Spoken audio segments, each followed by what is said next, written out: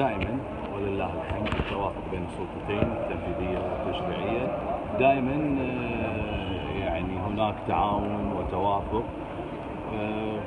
فكيف لا يكون في موضوع هيئة مكافحة الفساد؟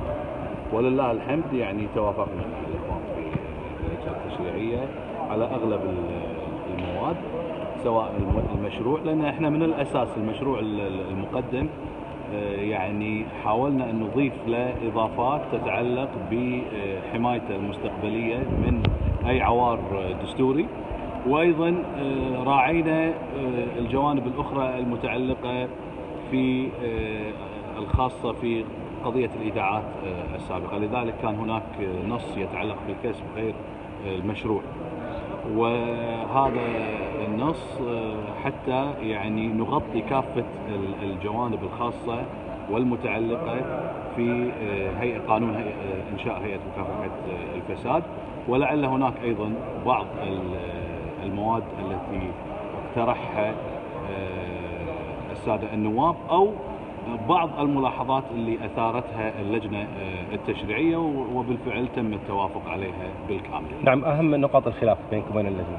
ما أعتقد كان في خلاف، كلها كان يتعلق في موضوع الصياغة، يتعلق في موضوع الضبط يعني الأحرف، ضبط اللغة القانونية الخاصة في مثل هذا الأمور، وبعض الجوانب الأخرى المتعلقة في التعريفات. والحمد لله تم الانتهاء منها، وأساسا يعني توجيهات سمو رئيس مجلس الوزراء ب يعني التعاون التام بيننا وبين السلطة التشريعية وبين إخواننا السادة أعضاء مجلس الوزراء. طال عمرك بالنسبة لتبعية الهيئة، هل بقيت كما هي عليه السابق؟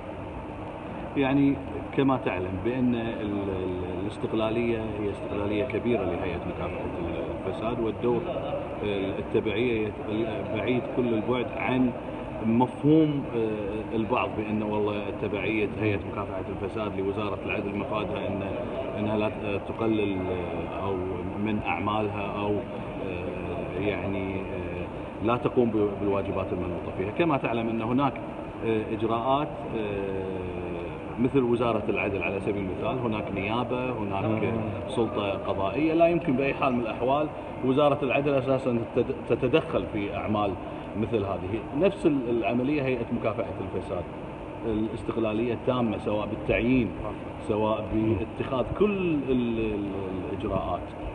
يعني التبعية تبعية لا تعدو أن تكون إجرائية.